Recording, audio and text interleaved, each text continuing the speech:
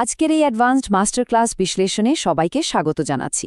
আজ আমরা সাধারণ নিয়মের গণ্ডি পেরিয়ে কস্ট অ্যাকাউন্টিংয়ের বেশ কিছু জটিল পাজল বা সমস্যা ডিকোড করব। যারা বেসিক বিষয়গুলো আগে থেকেই জানেন তাদের চিন্তার পরিধি বাড়াতে আজকের এই সেশনটা দারুণ কাজে আসবে। চলুন শুরু করা যাক।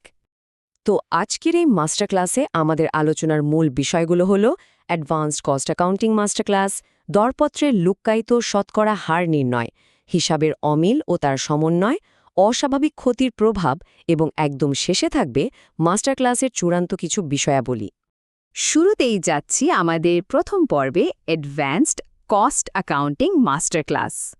এবার সরাসরি চলে যাচ্ছি পর্ব 2-এ, দরপত্রে লুক্কায়িত শতকরা হার। আচ্ছা, ভাবুন তো যদি প্রশ্নে উপরিব্যয়ের হার বা ওভারহেড রেটগুলো ইচ্ছে করেই গোপন রাখা হয়, তাহলে নতুন দরপত্রের মুনাফা কিভাবে বের করা যাবে? এটাই আমাদের প্রথম চ্যালেঞ্জ। বলা হয়েছে নতুন দরপত্রে 20% মুনাফা করতে হবে, কিন্তু সরাসরি কোনো পার্সেন্টেজ দেওয়া নেই। তাই বিগত বছরের ডেটা থেকে একটু রিভার্স ইঞ্জিনিয়ারিং করে আমাদের আগে সেই হারগুলো বের করে আনতে হবে। ব্যাপারটা বেশ ইন্টারেস্টিং, তাই না? এই স্লাইডের সবচেয়ে ইন্টারেস্টিং জায়গাটা খেয়াল করুন। অতীতের ব্যয়ের তথ্যগুলোই কিন্তু এখানে ভবিষ্যতের খরচ গণনার মাস্টার কি বা গোপন চাবিকাঠি। এখানে ব্যবহৃত কাঁচামাল 1 লাখ, প্রত্যক্ষ মজুরি 80,000, কারখানার উপরিব্যয় 40,000 এবং প্রশাসনিক ব্যয় 22,000 টাকা দেয়া আছে।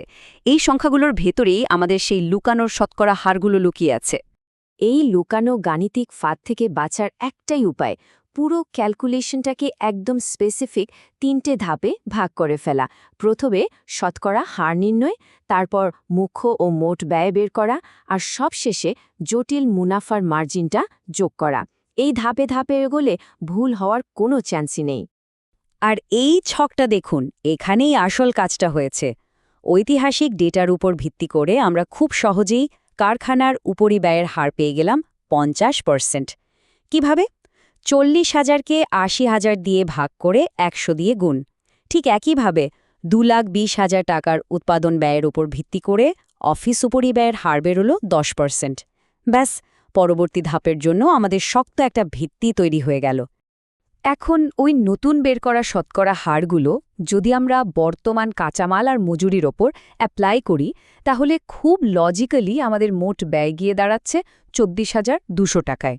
হিসাবটা কিন্তু খুব সিম্পল। কিন্তু একটু দাঁড়ান, আসল চমকটা তো এখনও বাকি। এই জায়গাটাতেই সবাই সবচেয়ে বেশি ভুল করে, মুনাফার ফাঁদ। প্রশ্নে বলা হয়েছে দরপত্র মূল্যের ওপর 20% মুনাফা।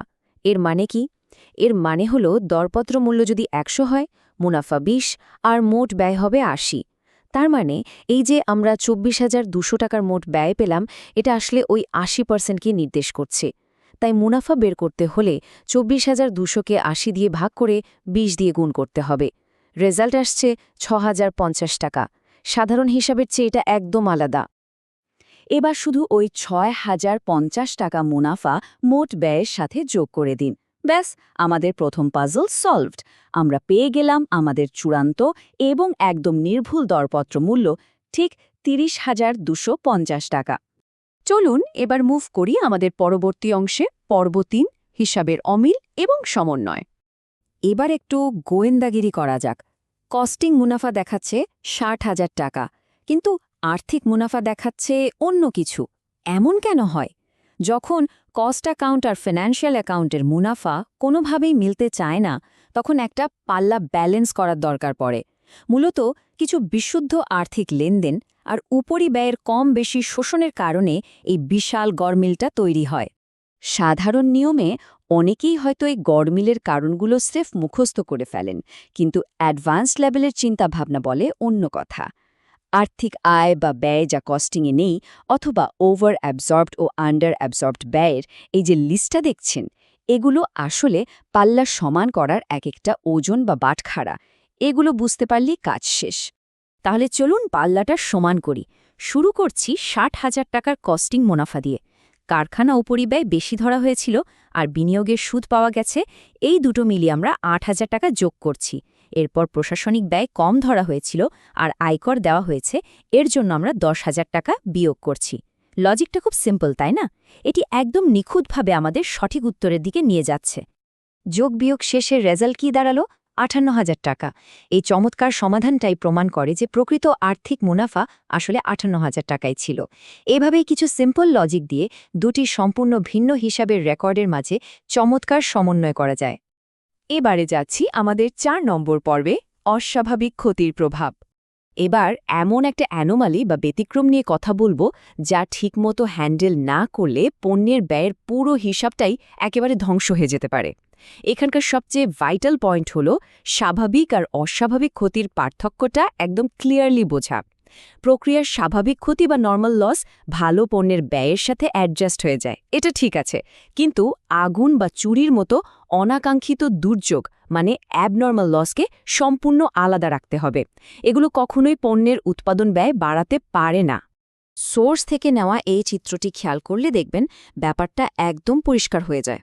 অস্বাভাবিক ক্ষতিকে কস্ট শিটে না দেখিয়ে সরাসরি কস্টিং লাভ ক্ষতি হিসাবে বা প্রফিট অ্যান্ড লস অ্যাকাউন্টে পাঠিয়ে দেওয়া হয়। কেন? যাতে পণ্যের একক প্রতি ব্যয় বা ইউনিট কস্ট একদম নিখুঁত আর বিশুদ্ধ থাকে। এই ধাপগুলো একটু দেখুন। প্রথমে প্রারম্ভিক কাঁচামাল ২০,০০০ আর ক্রয় ১,২০,০০০ যোগ করতে হবে। এরপর সমাপনী কাঁচামাল ১৫,০০০ বিয়োগ করতে হবে। আর সবশেষে সবচেয়ে গুরুত্বপূর্ণ ধাপ, আগুনে পুড়ে যাওয়া ৫,০০০ টাকার অস্বাভাবিক ক্ষতিটা কঠোরভাবে বিয়োগ করতে হবে। উৎপাদনে ব্যবহৃত কাঁচামালের প্রকৃত ব্যয় বের করার জন্য এটা করাটা একেবারে বাধ্যতামূলক। আর এই অনাকাঙ্ক্ষিত আগুনের প্রভাবটাকে হিসাব থেকে পুরোপুরি বাদ দেওয়ার পর ব্যবহৃত কাঁচামালের প্রকৃত ব্যয় একদম নিখুঁতভাবে ১,২০,০০০ টাকা এসে দাঁড়ায়, কোনো কনফিউশন ছাড়াই। আলোচনার একদম শেষ পর্যায়ে চলে এসেছি আমরা। পর্ব ৫, মাস্টার ক্লাসের চূড়ান্ত বিষয়াবলী। এই পুরো বিশ্লেষণমূলক যাত্রার শেষে একটা ব্যাপার তো একদম স্পষ্ট। এই ব্যতিক্রমী নিয়মগুলো ভালোভাবে আয়ত্ত করতে পারলে সাধারণ অ্যাকাউন্টিং একেবারে স্ট্র্যাটেজিক লেভেলে চলে যায়। এই যে লুকানো ওভারহেড রেট বের করা, আন্ডার বা ওভার অ্যাবজর্বেশনের লজিক্যাল ব্যালেন্স করা কিংবা অস্বাভাবিক ক্ষতিকে কস্ট শিট থেকে কঠোরভাবে বাদ দেওয়া, এই জিনিসগুলোর সতর্কতার সাথে ন্যাভিগেট করতে পারলেই বোঝা যায় যে কস্ট অ্যাকাউন্টিংয়ে কে কতটা দক্ষ। শেষ করার আগে একটা প্রশ্ন রেখে যায় সবার কাছে। কারখানায় ঘটা বিশাল কোনো অপ্রত্যাশিত অগ্নিকাণ্ডকে কেউ যদি ভুল করে স্বাভাবিক ক্ষতি হিসেবে ধরে ফেলে তাহলে কি হবে?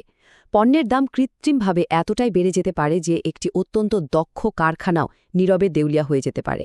বাস্তব জগতে এই অ্যাডভান্সড কনসেপ্টগুলো ভুল বোঝার বিপদ আসলে কতটা ভয়ঙ্কর হতে পারে, এটা তারই একটা ছোট উদাহরণ মাত্র। আশা করি এই বিষয়টি সবাইকে আরও গভীরভাবে চিন্তা করতে সাহায্য করবে। আজকের এই বিশ্লেষণের সাথে থাকার জন্য সবাইকে অসংখ্য ধন্যবাদ।